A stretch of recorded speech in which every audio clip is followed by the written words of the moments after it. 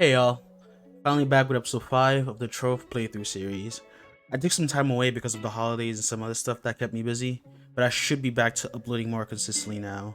I appreciate all the support and comments in my past videos, especially the last one. I think we hit 10k views on that one, which is insane. So without further ado, let's get into it. The footage you're seeing in the background right now came from me logging on and just doing my daily adventures for a couple days. I didn't really do much except my daily adventures on these sessions, but in the spirit of the series, I figured I should let y'all know. On the first day of actually sitting down and playing the game for more than 20 minutes, I started off as I usually do by doing my daily adventures. Always do these. Free loot, free XP for not a lot of work. Definitely worth it. This time around, I did my quests a bit differently. In order to maximize the amount of EXP I got from each quest, I would try to complete them in as high of an Uber as I possibly could, which was Uber 8 around this time. Although this did give me more EXP, it also made my daily quests take a lot longer, so I had to run around and find the biomes. Not sure if it's really worth the EXP, but we'll have to see. I've been putting it off for a while, but I finally got started on the fishing quest line. I made my way to Saltwater Sam. This specific NPC has been in the game since I started playing back in 2017, which is kind of wild. The first quest had me get a fishing pole, but while I was at the merchant, I bought some other stuff I could afford for some more of that speed mastery. I always forget to specifically record what mastery I am at the start of these videos, but as you can see here, I got to mastery 53 after collecting these items. Oh yeah, I also had to buy a lure. The way lures worked prior to the fishing update, you just had to have a fishing lure somewhere in your inventory and a fishing pole to be able to fish. But I learned the hard way that lures in the new fishing system worked as consumables. So I farmed a ton of boots before I actually read the quest and used my lure correctly.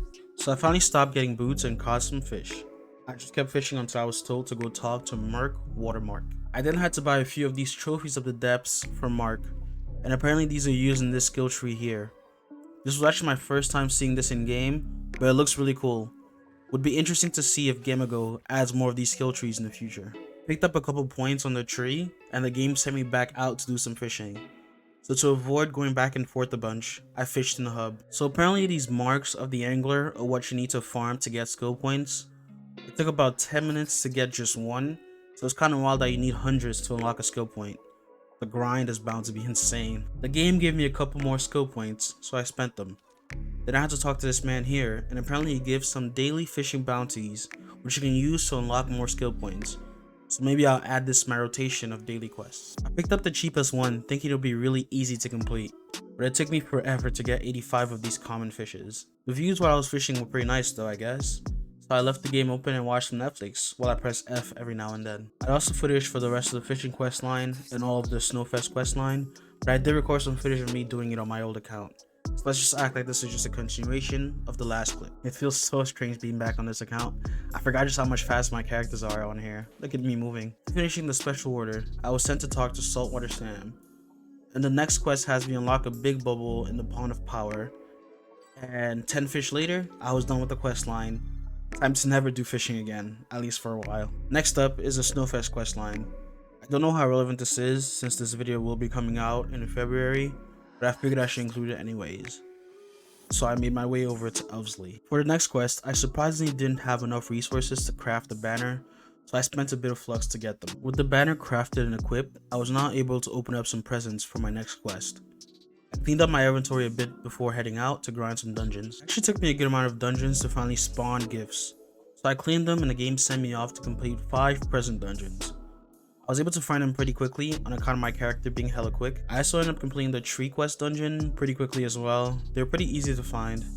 Farming on this character just feels so much nicer. I can't wait until my new account can get to this point. Lastly, the daily Snowfest quest sent me a bit all over the place.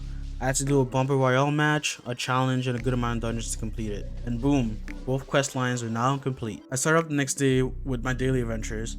I ended up not repeating what I did earlier and didn't go back and forth between U8 to do my quests. I recorded this way back during the Snowfest event, so I also had to do my daily Snowfest quests, which required me to fight in a bumper royale match, complete a few dungeons, amongst a few other things. I was working on these quests for a bit to complete a challenge. I ended up finding a pretty good group to follow around and lead from, so I was able to complete the challenge despite not using a bonus class. While I was out doing the challenge, I also ended up completing the Snowfest adventures, so 2 birds in 1 stone. I headed over to the Geode hub to hatch an egg that was ready. I got 60 mastery for unlocking an ally we didn't have before. Tossed another egg in there and was off to farm some gem boxes in Uber 8. After a good bit of farming, I headed over to the hub to clean up my inventory. I claimed all the equipment I had and got to mastery level 57. This was a Wednesday, so I went ahead and farmed some gem dust by upgrading and collecting all my radiant or higher tier gems. I didn't keep track of just how much gem dust I got, but the numbers definitely went up. I realized I had not completed my weekly delves, so I recruited a party in the delve chat and started a run. I was still pretty low in light, so I was useless during most of these runs, so I kinda let my party carry me. I saw someone else do it, so while my party carried me, I used my boomer bombs to farm some Geode ores. These will be useful for upgrading my modules later on. This first run kinda fell apart after a couple bosses, so I started another one so I can collect all of my weekly rewards. Right around the end of my second run, there was a coin challenge, so I went ahead and completed it. Got a few dragon coins from that. Finally, it was time to cash in my lunar and titan souls. I had 37 lunar souls, so I used all of them to craft and power gem boxes. While I was at it, I went ahead and used my titan souls to craft the items I was missing from the bench. Lastly, I had a bit of the spoiled divinity, so I used them to craft 2 of these costumes. This took me up to 71 mastery. While I was here, I remembered I had a bit of shadow shards, so I spent those on crafting shadow caches. Ended up with 131 total and opened them up. Nothing too exciting, but I can probably solve these hearts of darkness. Now let's cross our fingers and hope these empowered gem boxes I found will give me a good empowered gem. Look at that, what are the odds? A diamond dragon egg. On my last box too. That's gonna come in handy later on. Sadly though, taking a look at these gems, I only see 2 3-star stellar gems, meaning everything else isn't really worthwhile. I'm just gonna use them to farm some gem dust later on. So I went ahead and worked on the gem dust farming. First, I went ahead and locked all of them in my loot collector, so I don't accidentally loot them before they're upgraded. Then I just started spam upgrading all of them until my gem dust ran out. Then I would loot collect them, rinse and repeat until I went through all of the gems. So after all that upgrading and me dumping a ton of flux into these gems, I ended up with 4 empowered gems worth holding on to, so I put them in my personal chest. Collecting empowered gems gives you fragments you can use to craft some more boxes. So I made my way over to an adventurous crafting table. I found one in one of my clubs and had enough fragments to craft 2 boxes. The gems from these boxes are guaranteed to be stellared, and I ended up opening 2 3-star stellar gems. These are definitely worth keeping, so I stored them away with my other gems. I also had a few things in my chest I wanted to sell to make up for some of the flux I spent earlier. So I put up my locked events reading boxes up for 730k flux, and put up crystal pins I've been hoarding for 1.2 million flux. The last thing I ended up doing on this day was upgrading some gems, and I ended the day at 11.4k PR. On to the next day. I started off the day with my daily challenges, again, but I switched up my strategy a bit. To get some EXP on my lower level classes, I decided to do the quests in the lower level worlds using my Dino Tamer. So I did all the quests that my Dino Tamer was able to do, and I switched over to my Boomer Ranger to get the rest done. The Snowfest event was still happening, so I finished off the Snowfest dailies using my Boomer as well. I did this in U8 so I could also get some gem boxes along the way. Other than this new strat, I also worked on my power rank before logging off. I noticed my Boomer didn't have any allies equipped, and the only one I had unlocked so far was a Quibsley ally that the game starts you off with. Back in the day, the Rat Berserker used to be the best physical damage ally, so I bought one from the marketplace and equipped it. I also took a look through my gems and tried to upgrade them as much as I could to see how much my PR went up.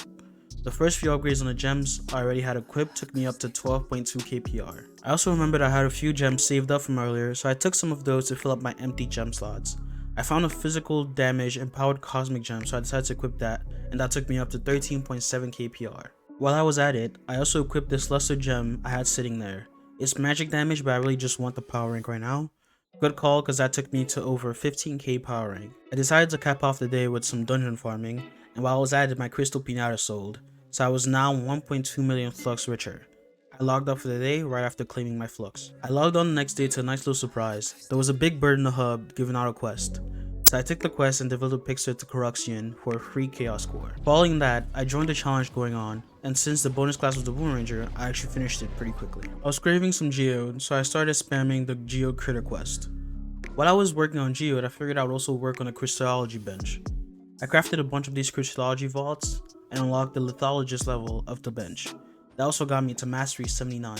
I didn't quite have the resources to craft everything I needed for the next bench level, so I tried to go back and see what I can craft for mastery.